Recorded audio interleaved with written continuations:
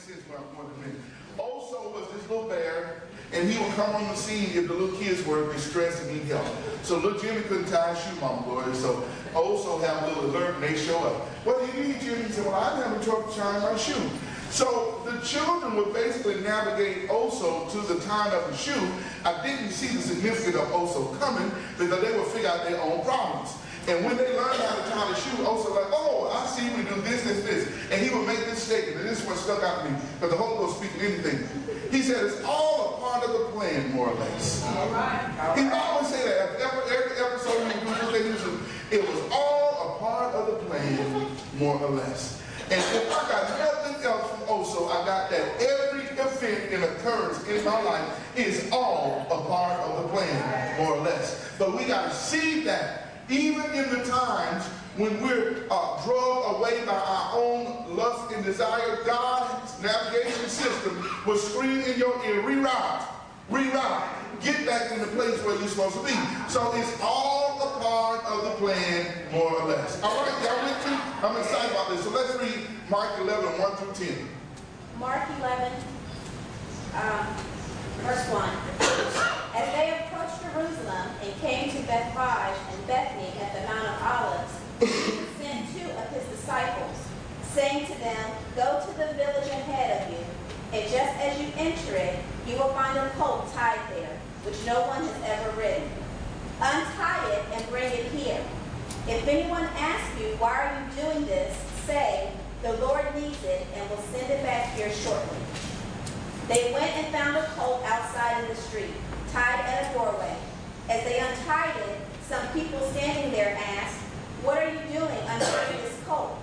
They answered as Jesus had told them to, and the people let them go. Verse 7. When they brought the colt to Jesus and threw their cloaks over it, he sat on it. Many people spread their cloaks on the road, while others spread branches they had cut in the fields. Those who went ahead and those who followed shouted, Hosanna! Blessed is he who comes in the name of the Lord. Blessed is the coming kingdom of our father David.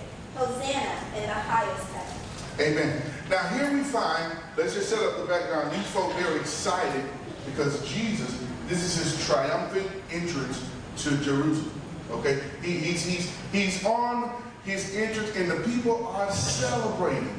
Now they didn't have cell phones, they didn't have all these things, so the word had to get around and he could get ready to come to the city. You know, folk had to be talking for them to be in that one place, expecting him to come. But like, stick a pin in, because what I told you earlier, they were celebrating him as a king, but they had an obscure view of him being the true Messiah, what he came to do. Are y'all following me?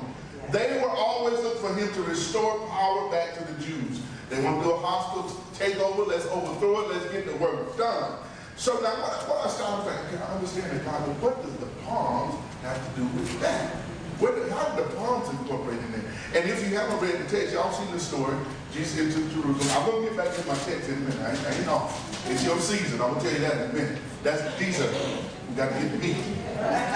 So I was like, what does that have to do with Jesus in the city? Well, when you do study, and I did some research to find out that palms were a, if you will, it was a reserved plant of victory and recognition for folk.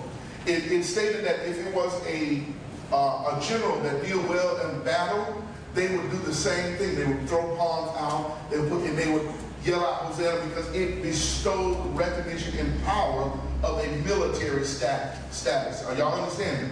So they did this, it was customary that they did this to show a certain partiality toward a person that was going to do or herald something victorious or be looked upon as a hero, if you will. So this was a part of their culture, if you will. And a lot of times in studying the Bible, I tell people this all the time. You got to check out the context and the culture and customs of what they did, what they were doing. So they created this picture as Jesus is coming through the city that they celebrated what he was about to do because they looked at him as being the Savior. They looked at him being all these things.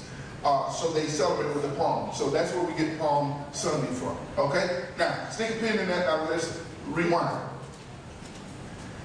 Before Jesus got to that place, and this is what I want to tell people because this is what jumped out at me about this story. It says that as they approached, they entered the village, and here's what's interesting. Jesus tells his boys to go and get a colt. Now what's interesting about this part of the story, this is my first point, God has increased waiting for you.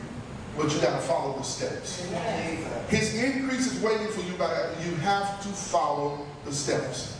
Now here we find this time period where Jesus gets to this town, this city, if you will, and Jesus already knows that there's a colt that nobody ever rode that's reserved for him. Y'all didn't catch that. There's a colt that nobody ever rode upon that's tied to a post that's already reserved for him. God has things already lined up that's destined for the plan of our life. It's already tied up waiting for you to hit that particular place in that particular time in that particular season in your life. Now I've thought about this, and I've mentioned this text before, but in my head I begin to think, whatever God has reserved for you, can't nobody knock it. Whatever God has reserved on reservation for you, can't nobody mess it up. I don't care how they talk about it. I don't care how they look like you shouldn't. Can't nobody mess it up what God has commanded to be on your life. So the increase was in the position. Are y'all seeing it? It was in the position that the colt was there. Now, I started thinking in my mind, I started thinking like this. Okay, the Bible specifically pointed out these reasons because they want us to get this. This was a colt, and a colt, everybody knows if you watch Wild Kingdom, it was not fully mature a horse. Or a donkey or whatever. That's somebody that they were kind of young. All right? And it said that nobody ever rode upon it. And when I looked at the other translation, it said nobody ever broke the horse, which means it was still wild. And I know if you ever seen anybody on a wild horse, you can't just sit up on a wild horse. You can't get on a wild horse. They do what they call breaking. Believe it or not, I had an uncle that used to ride a rodeo. And I have first-hand experience with that because what he do, he would break the horses. And they would take the horses, they would tie their back legs together with a rope. And they would keep doing stuff to break the horse until his wheel was broken that somebody could sit upon. Because the horse didn't like nobody riding around. So I started thinking, okay, God in all creation knew that this time would present itself. God in all creation, way back when the little colt's mama and the little donkey daddy or whatever they got together and they conceived this little colt, God already knew, are y'all getting this, that he was going to be reserved for a purpose intended. God knew, I don't know if whoever had the colt lost him or what, but at that appointed time that Jesus was getting ready to enter into the city, whoever had that little donkey was already making their way to tie him up and leave him there. Are y'all understanding? And if you get nothing else out of this, is what I'm saying. God knows where you are. Even in your place of disaster, you don't know somebody already walking in the city with that little donkey, and they tie him up, and you on the other side. But Jesus was not frantic. Nowhere in this text do we find Jesus scratching his head and say, I hope he's there. I sure hope that little donkey will be there, because can you imagine his processional? This was his triumphant processional in the city, and he didn't have that donkey. And the Bible points it out because it must have been crucially necessary that it had to be a new, fresh one that nobody had ever ridden. Why would they point that out? That means something. So to make and prepare him worthily ready for his entrance, we have this colt tied to this post that nobody ever ridden. God has your stuff, your things, those desires, the plans. All those things are already incorporated with his plans for your life. You don't believe that? Yes. And all we have to do is agree with his program. Yes. Thank you, God. Agree with his program, and everything will make itself available at its appropriate time. Y'all better hear me this morning. At its appropriate time. Because Jesus got to make his entrance. So even though this seems insignificant, this colt is very significant. And I find that the Bible didn't say a camel. They rode camels back then. Didn't have a camel. He said this little donkey that nobody had ever ridden was preserved for purpose. It was reserved for an appointed time and season. There's some thing that you've been laboring and praying over. It's not that God has turned a deaf ear to your prayer. It's not that God has not heard what you said the first time you said it. But you must understand that there's an appointed time for everything to come to fruition. Are you hearing me? So you can't get restless in your waiting. You got to know that when Jesus get ready to go, that colt was tired of waiting for him. I don't know if y'all getting that was big to me. Because he could have chewed the rope and wandered off. It's another thing he could have did. He could have got time just to wander off to another city, but he didn't. He stayed right there. The Bible don't tell how long he was there, but he stayed there long enough for Jesus to find and tell his boys to go there. Now, I can imagine this, and I like to make stuff live. They didn't have cars, they didn't have cell phones. And y'all see the text? He said, go to a village ahead of you and just ask you to enter, and there will be a coat tied, which no one has ever ridden. Watch this. So he sends them on a journey. Now they're walking, so that means time had to pass. I don't know if Jesus was eating, I don't know what was going on, it don't say that, but time had to pass for them to get there to find that little coat. Now watch this. He said, untie him and bring him here. If anyone asks you, why are you doing this? Say, the Lord needs it and will send it back shortly. Now watch this. This is my next one. I'm almost done, y'all. When it's time, your resources will avail themselves. When it's time, your resources will avail themselves. So here it is. There was no type of argument with the folk, whoever the donkey belonged to.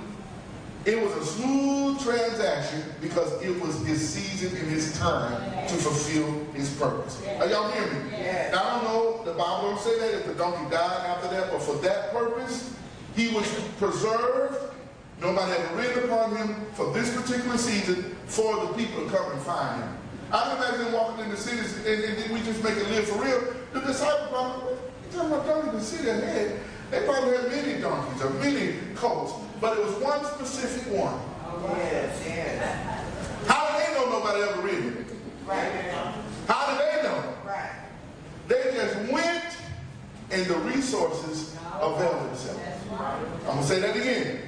They went upon the instructions and the resources availed themselves. I'm going to say that one more time so y'all get this. They went upon the instructions and the resources availed themselves. Sometimes you won't see the resources in the beginning, and it has nothing to do with you. Because sometimes when God tells us to go, we want to make it all about us, what we don't have, and what we can't do. And he didn't ask you that. That's right. They didn't say that in the text. They didn't say, well, Jesus, we can find this guy. Where we going to find him? What did he look like? Who's going to tell? These people might tell. They said none of it. They went. Upon him sending them, and just what he said, it was there. Because God has everything under control in its season. And I can just imagine that little coat at that time, Mama Glow, he stood right there. Because that's what he was supposed to do. It was something about his little mind. I don't know if it was a patch of grass there. I don't know what was there, but he stayed right there. If somebody probably tried to jump on him, tried to move aside. Because he was preserved for that season. Now y'all hear me? Somebody tried to get on him, probably tried to move aside because he was preserved. Probably didn't fully understand or know why, but he just don't, I just can't do this right now. For some reason, nobody came ride on me. And I'm going to stay right here. I don't know. I just feel like something going to happen. Probably didn't know why. I just feel like if I stayed on this, something supposed to happen. Jesus already sent his boys. Are y'all catching this? So your stuff is always attached to your instructions. Because your Holy Ghost navigation system already know what he's going to take you through. Sometimes he takes you through turbulence. But you're going to get to the promise. If you stick with the program. So the resources avail themselves, and he said this. If anybody has anything to say about y'all taking this little donkey, you tell them this, the Lord have need of it. That's the power and demonstration of his name. The Lord has need of it. Okay? Now when you look in this, when you look at in the biblical time, Lord was a name that was commonly used. Y'all understand that? My Lord. They would say things like that when they talk to people that was like respect. So how did they know what Lord they were talking about? I'm just trying to prove my point. It was purpose intended. Have you ever been in a situation when the Lord is letting you do something, it's just smooth. Yes, right. Yeah. Like stuff just goes so smooth. And you stand back, don't even believe it. Like I'm telling you my whole testimony about the furniture. I was amazed, and it was just, I was just in awe because, wait a minute, this happened just like this? No, you're supposed to turn it down. You're supposed to say no. But when the Lord has sanctioned a time for your life, I don't care who likes it, I don't care who don't like it, it's going to manifest. Your resources will show up as you're going along your way. This is why it's so important. Some of us, God has put great things on the inside of us, and we're holding up our progression because your destiny is in your efforts of connecting with bodies and people. Say it. Are y'all hearing me? That's right. There are people that are going to cross your path that have that next leg or that next link for where you're trying to get you where you're trying to go. You remember the story of Joseph? That's right. Joseph's brothers throw him down in the hole because they didn't like him because he was a favorite. Right? But every place Joseph was, the prison, the palace, he was always on top. And isn't it funny when you read that story, Mel, every place that he was in, he left an everlasting impression on somebody and they remembered him when they got somewhere else? That's what we're supposed to be doing. God has given us the right stuff to accomplish what he's called us to do because we have to understand we're in our season right now. We made that word trendy like this. I'm in my season every day of my life because if it's truly predestined of God, and the Bible says we are predestined, every good, bad day, up and down, happy day, round and round, I'm on schedule when I stick with him. That's right. And that's what we got to do. And it's not just in the abundant time that we celebrate his direction and we want his lead, but it's even in the low valley experience, we still want his navigation in his lead. Because he's constantly, watch this, taking us to the place where we already are complete. Doesn't that sound crazy? See, when God looks at us, he looks at us as a complete work through the blood of Jesus Christ. But we look at ourselves in the mirror as the broke down, incomplete work with question marks and exclamations and all kinds of stuff going on. But we got to see ourselves like he sees us, and we'll get that place. Last one, and I'm almost done with this. It says that when you follow God's plan, this is what we pull in all of this text, you hit purpose, and purpose takes you to your destiny intended. All right? We follow God's plan. We're obedient to what he's telling us. It puts you in purpose, which means you're doing things not haphazardly. It's purposeful. Everybody knows that when you're doing the living on purpose, it has a meaning to bring you to your destiny. Your destiny is your end result. Okay? Y'all don't believe it. I have a scripture. For I know the plans I have for you.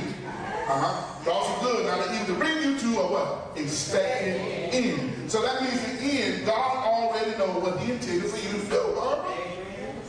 The Bible said that Adam was groomed and suitable to be what? A tiller of the ground. So God knew he didn't create Adam with an afterthought saying, I don't even know what tiller is. But I'm just making that.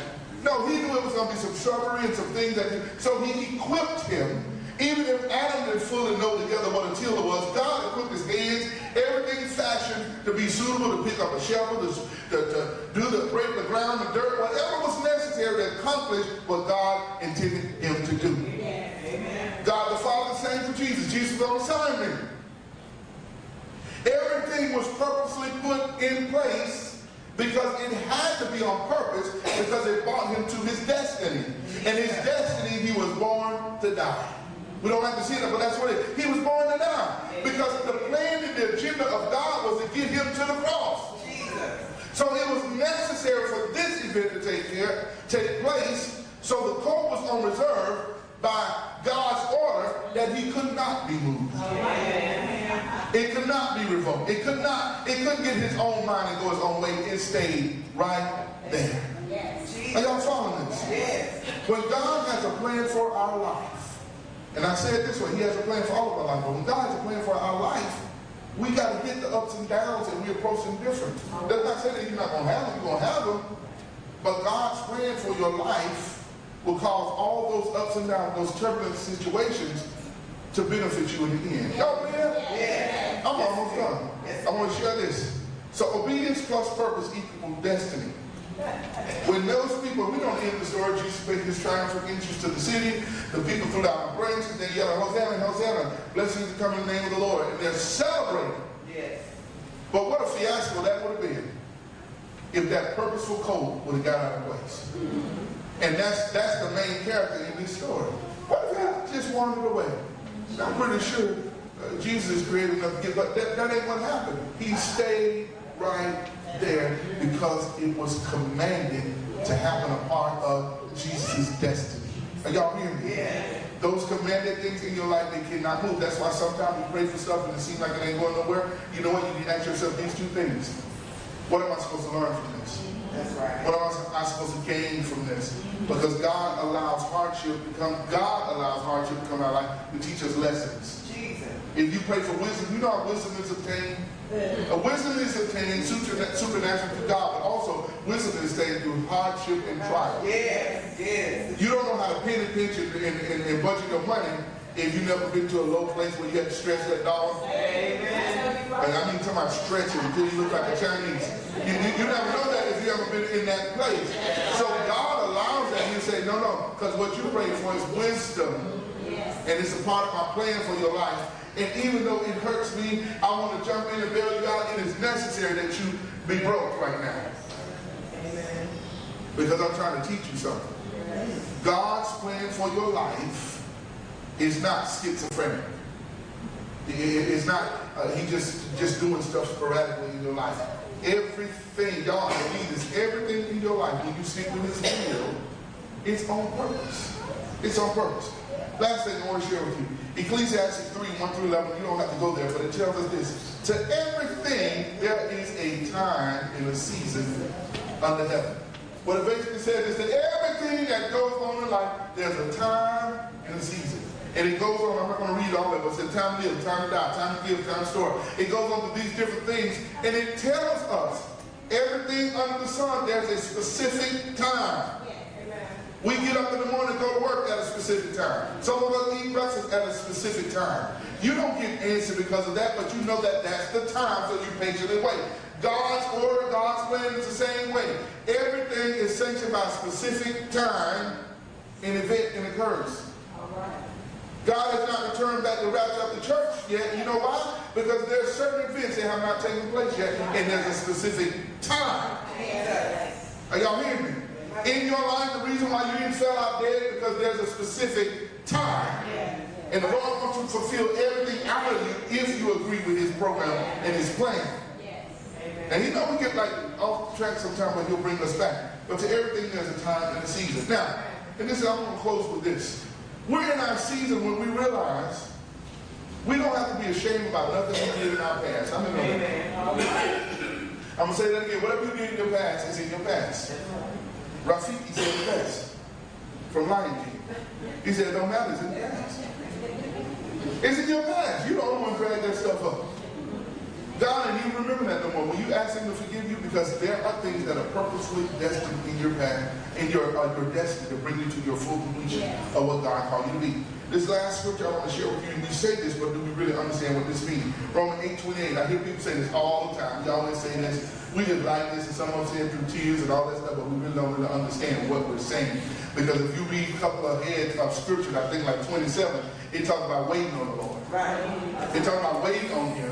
And then it says, you got this, for we know all things work for the good of those who love him, who are called according to his purpose. We say that, but what does that mean? What does that mean? It means everything you went through in your life, if it was nothing but a learning experience, even though it was horrible, yes, they molested you, yes, somebody stabbed you, yes, somebody talked about it, yes, somebody cheated on you, but it means everything at the end of the day is working towards your good. It's not working for your demise, but it's building you up to be the character or person that you are. And it further says this, because you love him. Now watch this. It's not talking about love in emotion. It's not talking about for those who love him. It's not talking about those that stand up and praise and worship when the music is high and tears streaming out of your face. I love you, Jesus. It's not talking about that love. This love that is talking about for those that are putting forth a good effort to obey his word. Yeah. The word of the Lord said this, for these are truly my disciples, those that keep my word. So he said, when you truly love me, you're doing your best to put forth everything that I've said to do. Okay? He says, so you love me, and you know good and well that I have called you forth with purpose. Everybody in here, whether you know it or not, you have been purposed to do something. We've been purposed to do something. But what causes us to become discontented and all out of place, and I talked about this last week too. What if that little donkey was like, you know what? I don't want to stay tied up here. I know they talk about the Messiah and all that stuff, and this is what my purpose has been for when I was a little teeny tiny little horse or whatever they call it. This is what I'm looking for. I don't want to do this no more. I just don't want to do this because I just want to run in the meadow. I just want to run. I just want to be free. I just want to do something fun. I don't want to lay here for Jesus. And that's what we do sometimes. We're not satisfied with our purpose. We're not satisfied with what God has dealt us. We're not satisfied with what He did. And you know, without a shadow of a doubt, we're like, I don't want to do that. I want to do something else. I want to do something else. I want to have fun. And it puts us in a place of vulnerability. Because now we're in a place that you come from under God's ark of safety, and you're open up to anything that will find privy to devour you. But it's smart of us to consistently travel with Him. And then we can say, well, we know all these things are working together for our good because we love Him and we're called according to His purpose. So in closing, I want to say this. In commemoration of Palm Sunday, we know it's about the palms, and I just want to give us that information. But what I mostly want to leave you with from this story is we're in our season every day of our life. So when folk tell you that you're in your season, I was in my season when I was born. Really, when I came into this world, I was in my season because my mom had me when she was supposed to. Are y'all hearing me? I'm in my season. When I showed up on the scene December 20th because that's when God said you're in your season. Boom, you're right there in your season. So now everything that happens in my life, I follow His navigation because I'm in my season. So I got to stay attuned to what He's saying. So my season, watch this, my season harvest will not be missed. I want to get everything that I'm supposed to get because you know there's different levels and different dimensions of faith that we operate in, and there's different stuff that you're supposed to carry with you. Wisdom. And it's not all material stuff. It's not all houses and cars like that. There are some things that you should have a different mindset. I told my wife this. I feel change on me. And I was driving in my car the other day, Brother Clinton, I said this. I said, God, thank you for helping me make better decisions. Because that's been my prayer. I want to make better decisions. Because people can always poke out your problems. And every now and then you need to evaluate things. What they're saying could be true. It could be true. And it ain't going to hurt if I adjust it. So I'm submitting to the power of the Holy Spirit. God, lead me and tell me how to do it. And you know what happened, woman? I'm not lying to y'all. It's like the voice of the Lord amplified more. And I'm not talking about spiritual things like wisdom, what's the kingdom and all that stuff. No. I'm talking about day-to-day stuff. God, should I do this? Should I get this? Should I do this? And it's like now I'm walking Keisha and He's talking to me. I don't say, God, what you say about this? Because He's always telling me something to say. He's always saying something. He said, now you know this. He gives those wisdom tips because, watch this, He's always hastening us to our destiny. You do know that's why you're in existence. God brought you on the scene. The Great Commission said to go eat and compel others to come.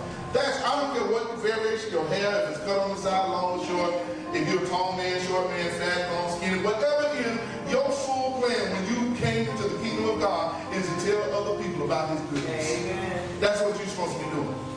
Now, how He uses you in the grocery store, some people like to stand on the side of the road and do it. However He chooses to do it, your ministry is telling folks about Him. So He says, I have purposely put things in your life to push you towards your destined place of what you're supposed to be. You're not out of time. You're not off seat. You're right where the mere fact that you're in church right now poses the fact that you're right where you're supposed to be. Are y'all hearing me? Because you wouldn't be here listening. But you have to allow the Spirit of God to truly lead you, and He speaks about everything. He'll even tell you what clothes to put on, y'all. And I know y'all said, now that's just far. But He will. That's right. But some of us need the Holy Ghost as the fashion coordinator.